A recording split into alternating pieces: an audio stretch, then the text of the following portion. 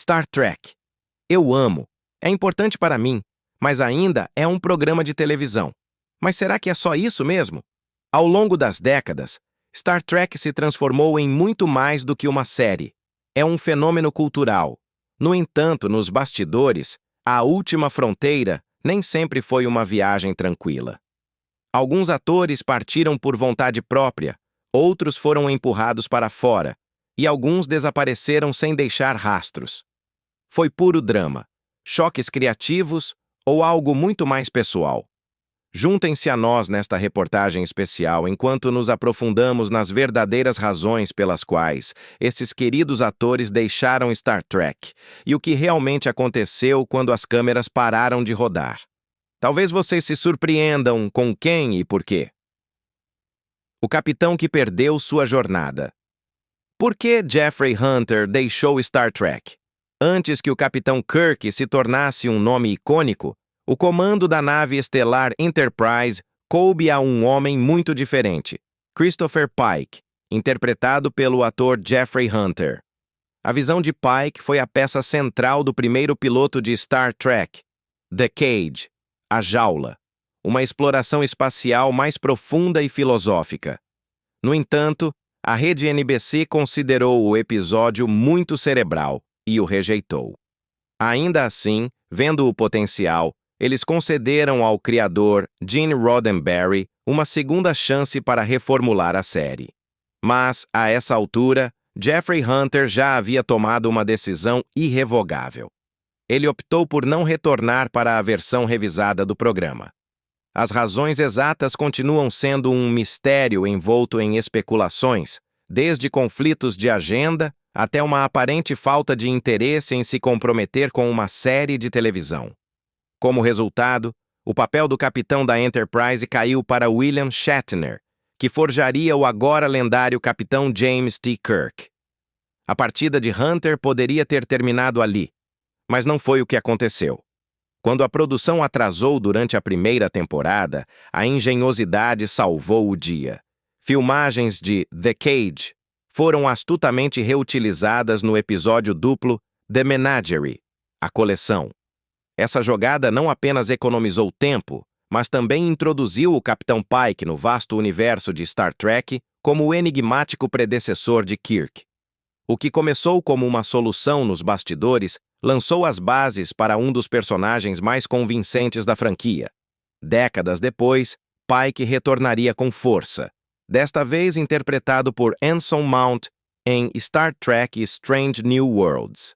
Assim, embora Jeffrey Hunter tenha se despedido antes que Star Trek decolasse oficialmente, seu breve mas impactante papel acendeu um legado que continua se desdobrando mais de 50 anos depois. De Esquecida a Formidável. Por que Denise Crosby abandonou a nave?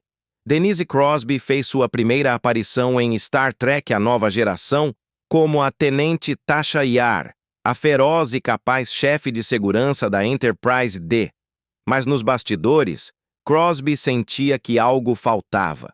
Apesar do papel promissor, Tasha frequentemente desaparecia no fundo, seu talento tolhido por roteiros deficientes e tempo de tela insuficiente. Crosby, descontente e subutilizada, tomou a audaciosa decisão de deixar a série durante sua primeira temporada. Em vez de simplesmente tirá-la da trama, o criador Gene Roddenberry decidiu tornar sua partida inesquecível.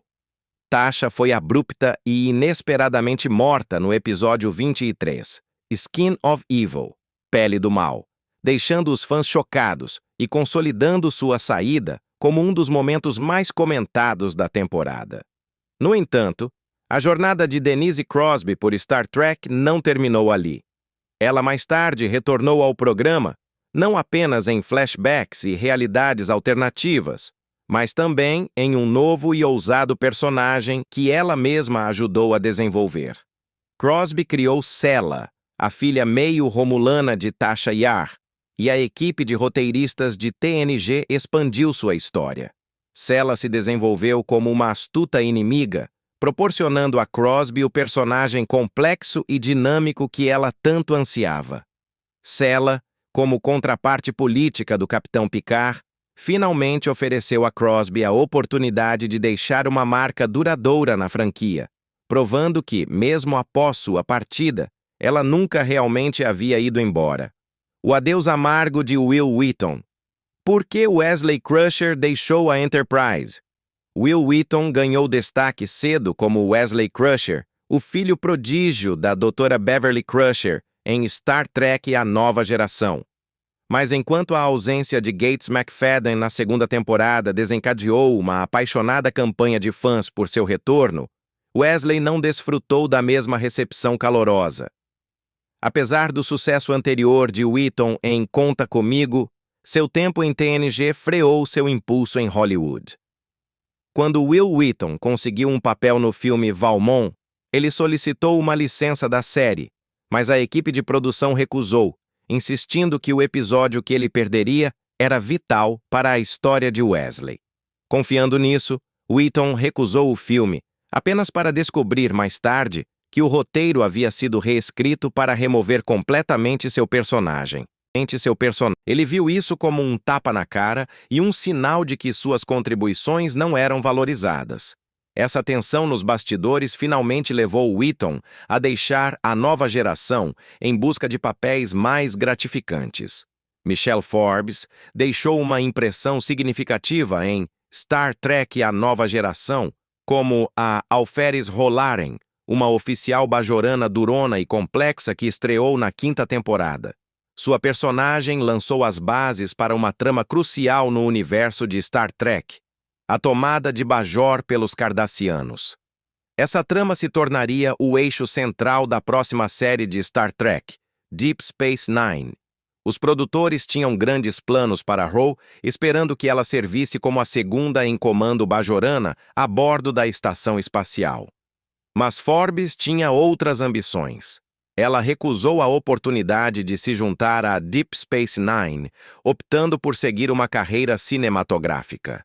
Sua decisão, segundo relatos, prejudicou sua conexão com a equipe de produção de TNG e quase resultou em seu personagem não recebendo uma despedida digna. Felizmente, o destino e conflitos de agendamento intervieram. Durante a 7ª temporada, a série atrasou nos episódios, o que levou à reativação de um roteiro previamente abandonado. Esse episódio, Preemptive Strike, Ataque Preventivo, deu a Ro Laren uma despedida surpreendente, já que ela optou por desafiar a frota estelar e se juntar aos Maquis. Foi um final ousado e comovente para sua narrativa e uma das mortes de personagens mais memoráveis na história de Star Trek. Apesar de perder DS9, Forbes teve uma carreira de sucesso na televisão, incluindo papéis em 24, Battlestar Galactica e True Blood. Sua passagem pela frota estelar foi breve, mas a influência de Ro Laren e a atuação de Forbes tiveram um impacto duradouro na franquia. Por que Terry Farrell deixou Deep Space Nine? A saída de Terry Farrell de Star Trek Deep Space Nine foi uma das despedidas mais emocionantes da franquia, mas não precisava ter sido assim. Farrell interpretou Jadzia Dax, uma personagem favorita dos fãs, cuja mistura de sabedoria e força ajudou a moldar a identidade de DS9. Mas nos bastidores, a história era muito mais complicada. Quando seu contrato estava prestes a ser renovado após a 6ª temporada, Farrell sentia o peso do exigente cronograma de filmagens e pediu um papel reduzido na última temporada do programa. Em vez de um acordo, ela diz que encontrou resistência, particularmente do produtor Rick Berman e dos executivos da Paramount. Em entrevistas posteriores e no documentário What We Left Behind, O que Deixamos para Trás, Farrell afirmou que se sentiu pressionada a aceitar um retorno em tempo integral e, por fim, optou por sair quando sua solicitação foi negada. Berman negou qualquer irregularidade, mas as consequências foram claras. O showrunner Ira Steven Behr, sem saber das negociações, sentiu-se zangado e frustrado quando não teve outra escolha senão assassinar Jadzia Dax. A ironia. Depois de deixar DS9, Farrell conseguiu um papel principal na sitcom Becker, produzida pelos mesmos executivos da Paramount que não quiseram agradá-la em Star Trek. Apesar da amargura que cercou sua saída, os fãs continuam a celebrar o legado de Jadzia como um dos personagens mais queridos de DS9, e a história de Farrell continua sendo um lembrete cru de como as tensões fora da tela podem moldar o destino dos heróis na tela. A misteriosa desaparição da doutora. Por que Gates McFadden foi subitamente removida? Os fãs ficaram chocados quando a doutora Beverly Crusher deixou Star Trek: A Nova Geração após uma única temporada. Gates McFadden trouxe calor e sofisticação para a personagem, ancorando o coração emocional do programa, especialmente como a mãe de Wesley Crusher. No entanto, sua rápida partida deixou ambos os personagens à deriva, e muitas pessoas acharam estranho que ela saísse enquanto seu filho permanecia na Enterprise. Sussurros sugeriam um conflito entre McFadden e os produtores do programa, particularmente Maurice Hurley, o roteirista principal de TNG na época. Anos depois, em uma entrevista com Michael Rosenbaum, McFadden falou francamente sobre aquela era difícil.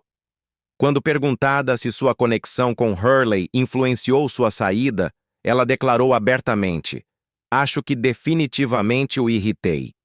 Ela criticou os primeiros rascunhos do programa por sua visão antiquada das mulheres e expressou sua insatisfação com a forma como a relação de sua personagem com Wesley era retratada.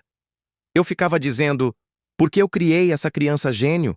E, no entanto, toda vez que há algo, mesmo possivelmente sério, apenas os personagens masculinos falam com ele. Ela é uma cientista. Não acredito nisso."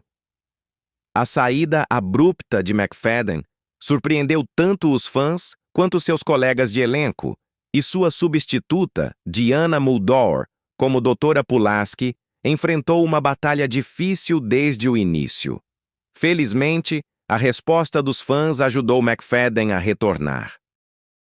Por que a passagem de Diana Muldaur por TNG foi tão curta? Quando Gates McFadden foi abruptamente forçada a sair de Star Trek: A Nova Geração após a primeira temporada, os produtores do programa não reescalaram a Dra. Beverly Crusher. Eles a substituíram completamente. Entrou Diana Muldaur, um rosto familiar no universo Trek, que já havia aparecido na série original e estrelado o telefilme de Gene Roddenberry. Roddenberry a trouxe pessoalmente para interpretar a Dra. Catherine Pulaski na segunda temporada. Mas, apesar de seu talento e experiência, a transição foi tudo menos suave. Muldaur estava entrando em um elenco muito unido que ainda era leal a McFadden. E, segundo os rumores, ela não foi exatamente recebida de braços abertos. Sua personagem, Pulaski, trouxe uma vitalidade direta e, da velha escola, para a enfermaria.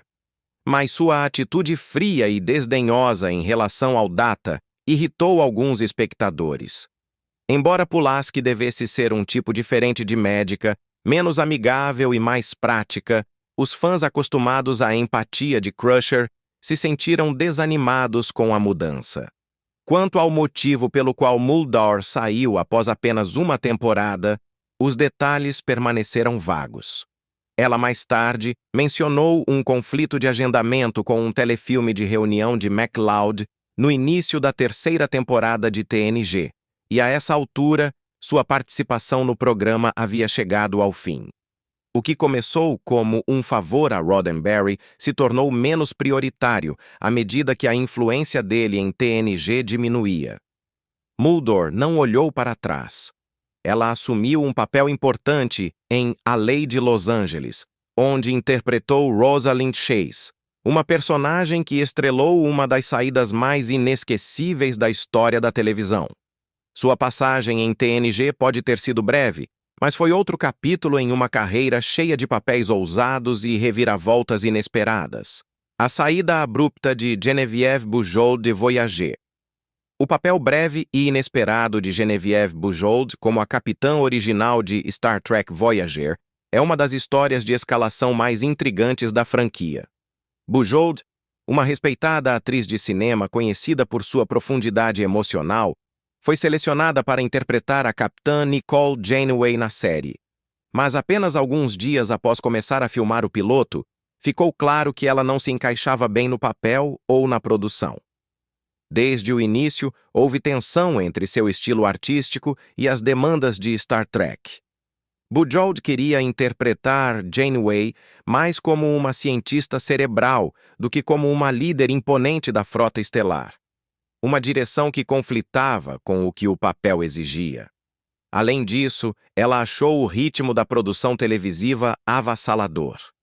As longas horas, as rápidas mudanças e o denso diálogo técnico acabaram sendo demais. Antes que a primeira semana de filmagem terminasse, Bujold saiu, dizendo aos produtores que ela simplesmente não era adequada para o papel. Sua partida inesperada poderia ter atrapalhado o lançamento de Voyager, mas acabou sendo um presente disfarçado.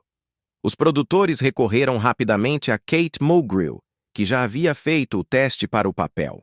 Mulgrew, com sua presença imponente e uma atuação sólida, assumiu e mudou a personagem, agora conhecida como Kathryn Janeway.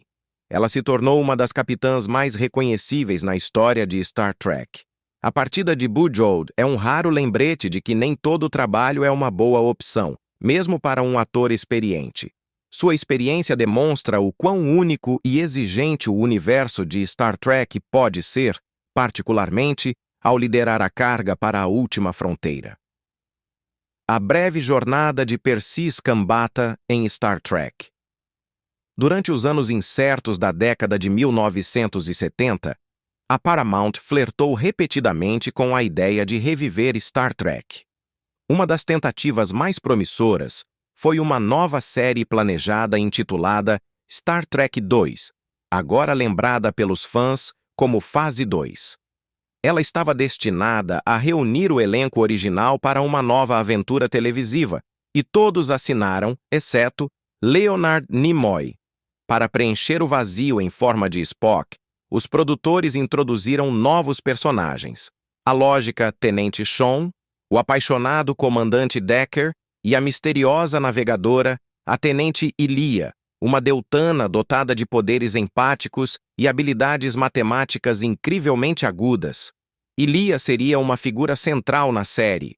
Os produtores escolheram Persis Khambatta, uma ex-Miss Índia, para dar vida à personagem. Vários episódios foram escritos pensando nela, incluindo um chamado The Child, a criança, que Star Trek, a nova geração, adaptaria mais tarde. Mas antes que as câmeras pudessem rodar, o estúdio encerrou o projeto da rede e, com ele, a série. Ainda determinados a tirar algo de seus esforços, a Paramount reutilizou o piloto de 2 horas em um filme, Star Trek, o filme. Mesmo antes de Star Trek estrear em setembro de 1966, o destino de Grace Lee Whitney como a ajudante Janice Rand já estava selado. Sua personagem, uma assistente serena e capaz do Capitão Kirk, foi discretamente removida do programa depois de apenas um punhado de episódios. Em suas corajosas memórias, The Longest Trek, My Tour of the Galaxy, a jornada mais longa, minha viagem pela galáxia, Whitney revelou que sua partida foi muito mais do que uma decisão criativa. Ela revelou ter sido agredida sexualmente por um indivíduo que ela identificou apenas como o executivo dos estúdios Desilu. Whitney acreditava que foi demitida porque sua presença contínua seria um lembrete constante para seu agressor. Oficialmente, no entanto, a razão foi orçamentária.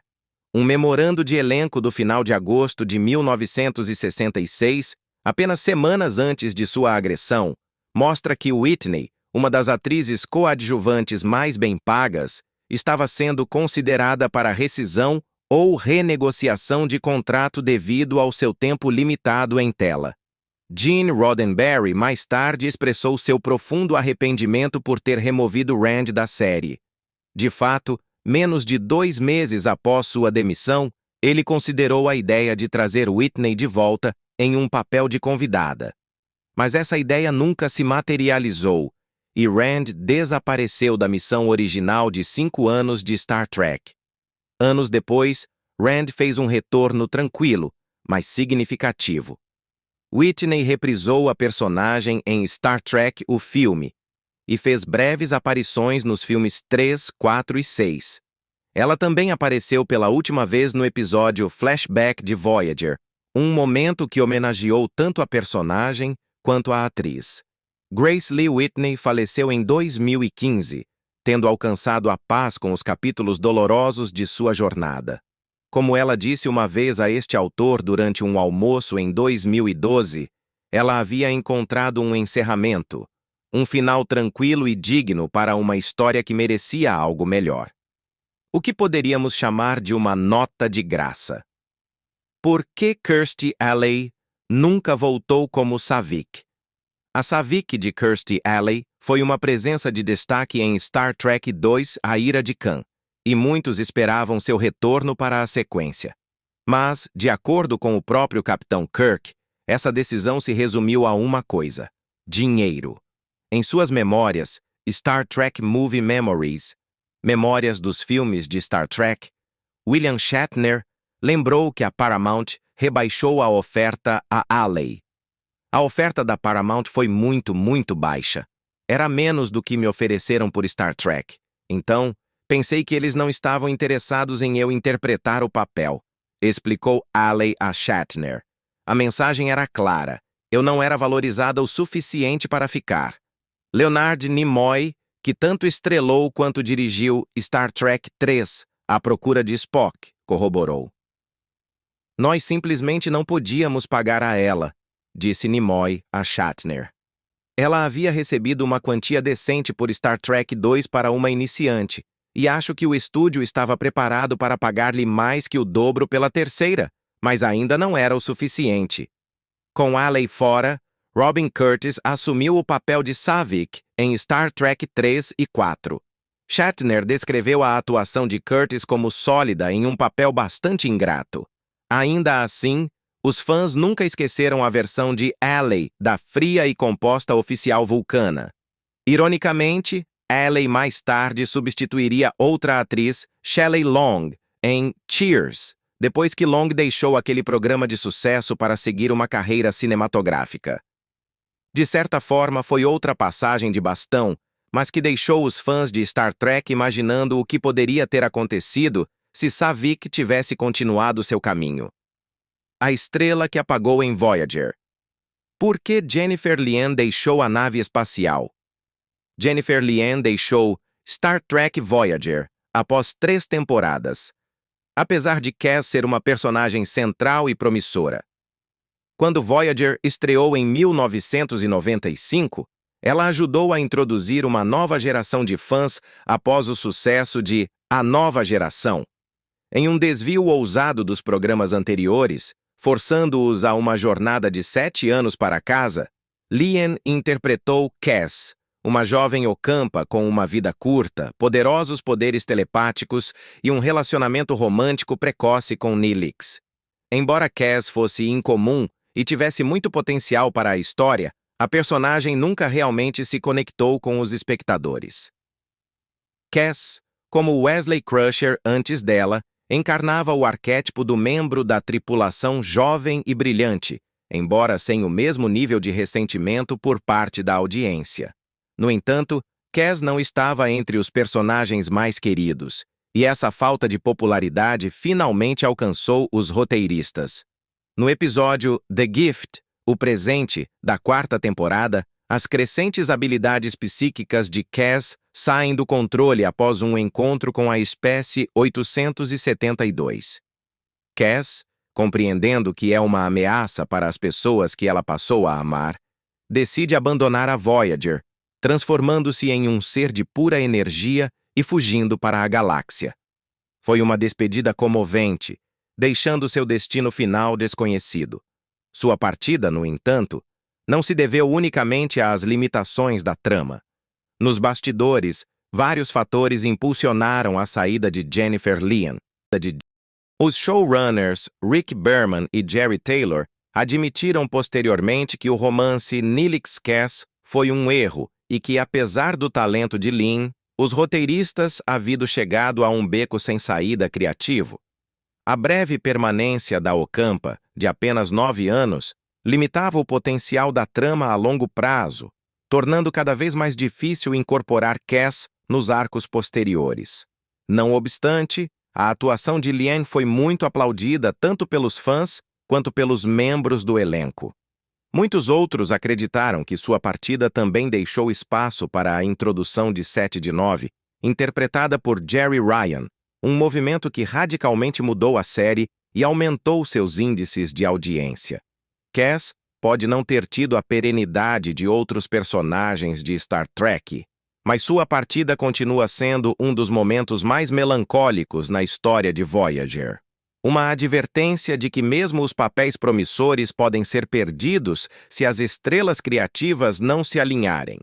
A morte de Anton Yelchin no auge de sua fama. Anton Yelchin, o excelente ator que trouxe vitalidade juvenil e charme a Pavel Chekhov nos filmes reiniciados de Star Trek, faleceu trágica e inesperadamente em junho de 2016.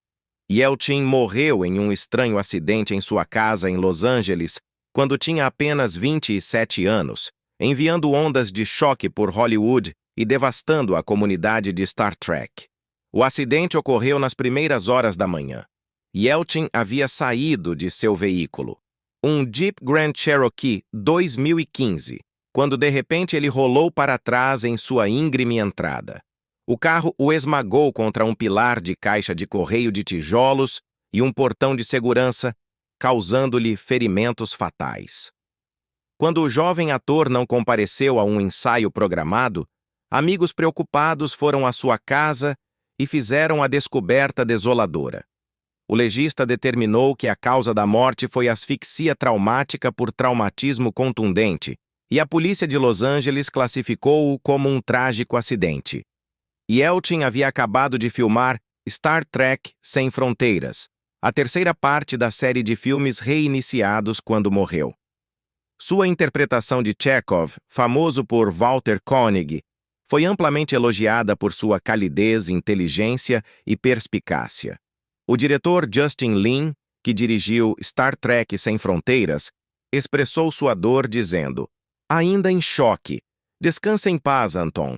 Sua paixão e entusiasmo viverão com todos que tiveram o prazer de conhecê-lo." As homenagens vieram de colegas e companheiros de elenco. J.J.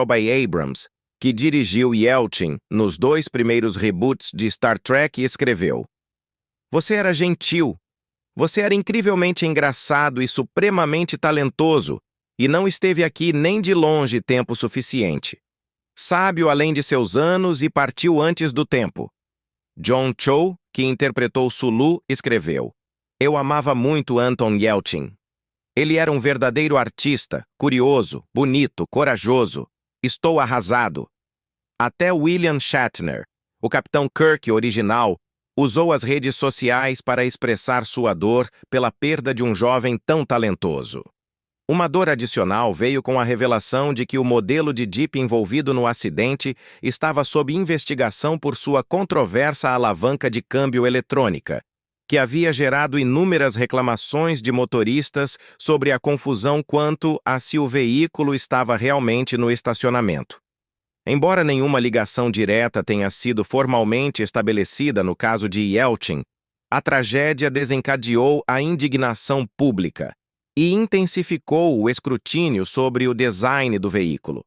Jodie Foster, que havia dirigido Yelchin no filme Um Novo Despertar de 2011, o descreveu como uma alma rara e bonita, com sua paixão imparável pela vida. Esse sentimento ecoou em toda a indústria do entretenimento e entre os fãs, muitos dos quais o haviam visto crescer de um promissor ator infantil a uma estrela em ascensão. A morte prematura de Anton Yelchin foi mais do que a perda de um talentoso ator. Foi o silenciar de um espírito brilhante e curioso, cujo potencial parecia ilimitado. Sua interpretação de Chekhov serve como um sombrio lembrete do que ele adicionou a Star Trek e do que o mundo perdeu cedo demais. O legado eterno de Star Trek. Star Trek é mais do que uma série de televisão. É um fenômeno cultural que se expandiu ousadamente para além de suas raízes dos anos 60. A marca, fundada por Gene Roddenberry, começou com uma única série e desde então cresceu para se tornar um dos impérios midiáticos mais reconhecíveis e lucrativos da história. Sua influência agora se estende à televisão, cinema, literatura, quadrinhos, videogames e até mesmo à linguagem, alcançando gerações de fãs e influenciando o cenário da ficção científica e da cultura popular. A primeira série de Star Trek começou na rede CTV do Canadá em 6 de setembro de 1966, seguida pela NBC 2 dias depois. Ambientado no século 23, o programa acompanhava as viagens da nave estelar USS Enterprise, enquanto ela descobria novos mundos estranhos e encontrava novas vidas e civilizações. Roddenberry inspirou-se nas aventuras navais de Horatio Hornblower de C.S. Forester, na sátira social de As Viagens de Gulliver, na visão futurista de Planeta Proibido e na estrutura dos westerns de televisão como Caravana. Seu design serviu tanto como uma aventura espacial, quanto como um fórum para a reflexão filosófica sobre a natureza humana. Após ser cancelada depois de apenas 3 temporadas, Star Trek se recusou a cair no esquecimento. Foi revivida como uma série animada e 6 longas-metragens, reunindo o elenco original. Então, no final da década de 1980, um renascimento televisivo decolou com A Nova Geração, ambientado um século depois da original. Essa era daria origem a múltiplas novas séries, Deep Space Nine, Voyager e Enterprise, bem como 4 longas-metragens focados no Capitão Picard e sua tripulação. Em 2009, J.J. Abrams iniciou um reboot cinematográfico ambientado em uma linha do tempo alternativa, a linha do tempo Kelvin, que apresentava novas versões de personagens antigos e resultou em 3 novos filmes. Mas não foi o fim. A partir de 2017, Star Trek retornou à televisão com uma nova onda de programas ambientados na linha do tempo original, incluindo Discovery, Picard, Short Tracks, Lower Decks, Prodigy e Strange New Worlds, muitos dos quais transmitidos em plataformas digitais e direcionados a novas gerações. Mas Star Trek é mais do que apenas uma franquia. É uma comunidade. Os fãs, carinhosamente conhecidos como Trekkies ou Trekkers, mantiveram o sonho vivo através de convenções, memorabilia, filmes de fãs e outras atividades. O efeito de Star Trek pode ser visto em toda parte, desde uma atração de Las Vegas que durou uma década até exposições de museus itinerantes. O idioma Klingon foi inventado apenas para a série e desde então tem sido estudado, traduzido e falado em todo o mundo. Mais do que tudo, Star Trek sempre esteve à frente de seu tempo. É elogiado por sua visão de um futuro onde a humanidade superou muitas de suas divisões sociais. A série original teve um dos primeiros elencos interraciais da televisão, refletindo uma mensagem de inclusão que foi popular durante o movimento pelos direitos civis. Essa herança perdura hoje em dia, tornando Star Trek mais do que mero entretenimento. É um símbolo de otimismo, oportunidade e a força eterna da imaginação. Então, quais são seus pensamentos sobre esses atores e as verdadeiras razões de sua saída de Star Trek? Deixe-nos saber na seção de comentários abaixo. Obrigado por assistir a este vídeo. Esperamos que o tenham achado interessante. Não se esqueçam de curtir e se inscrever. Cliquem no próximo vídeo que aparece na sua tela para ficar por dentro das histórias de suas celebridades favoritas. Nos vemos lá!